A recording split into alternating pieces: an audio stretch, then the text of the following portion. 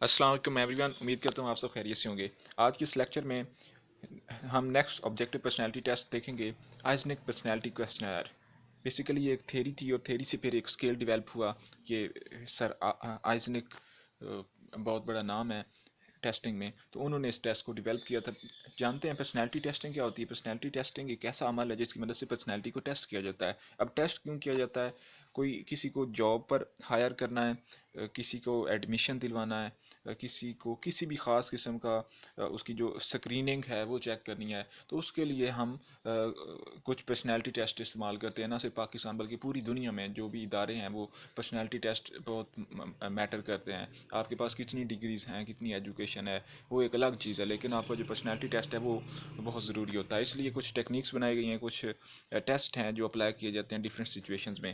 اس کے علاوہ clinical setting میں بھی ان کو کیا جاتا ہے، کسی کو اس کے مینٹلی پرابلمس کو دیکھنے کے لیے، اس کے سلوشنز نکالنے کے لیے۔ اس کی بیسیکلی میجر ٹو ٹائپس ہیں، objective techniques and projective techniques. Objective جو آپ کی کانشیس سچویشن ہے اس کا مطالعہ کیا جاتا ہے، اور پروجیکٹیو میں آپ کے ہڈن ایموشنز ایمبیگوس اسٹیمولائی کی مدد سے آپ کے انکانشیس کا مطالعہ کیا جاتا ہے۔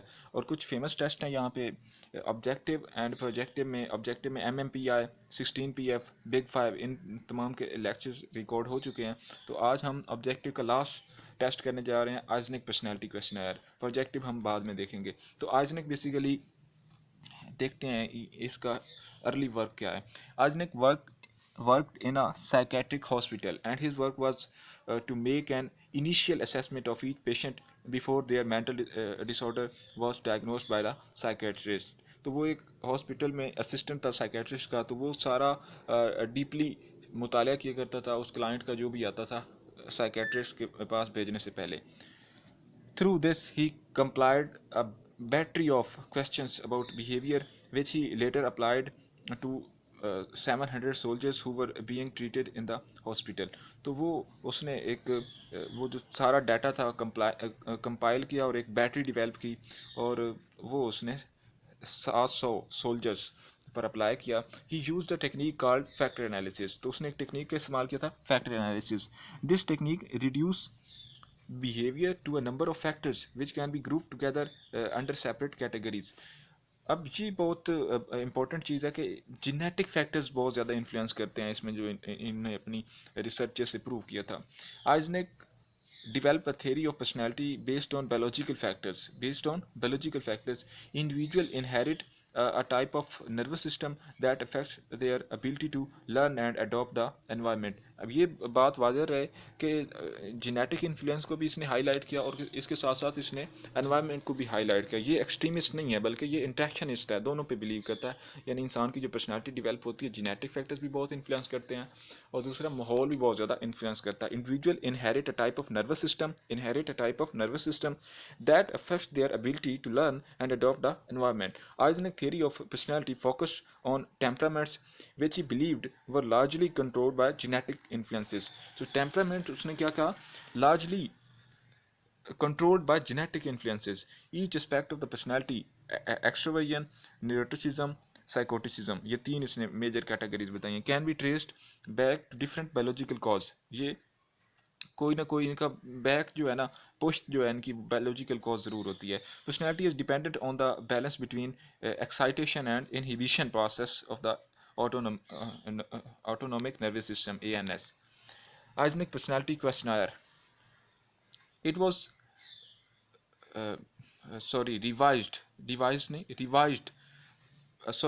it was devised by psychologists Hans Jürgen Eysenck and Sybil B.G. Eysenck in 1964۔ EPQ Eysenck Personality Questionnaire measures two pervasive independent dimensions of personality۔ Eysenck used the term for sets of correlated traits or personality dimensions: extroversion versus introversion، یعنی یا extroversion ہوگا یا introversion ہوگا، two categories, and نیوروٹیسزم ہوگا یا stability ہوگی۔ نیوروٹیسزم کیا ہوتا ہے؟ ایموشن انسٹیبل ہوتے ہیں، اسٹیبل نہیں ہوتی، اور اسٹیبلٹی میں emotion stable. And third personality dimension psychoticism and normality was added creating the Eysenck personality questionnaire revised. کو ریلیٹڈ پرسنالٹی ٹریٹس ان کو دیکھتے ہیں، یہ کیا ہے؟ Extroversion, introversion. is defined as being outgoing, sociable, expressive, and assertive. Introversion is defined as being reserved, quiet.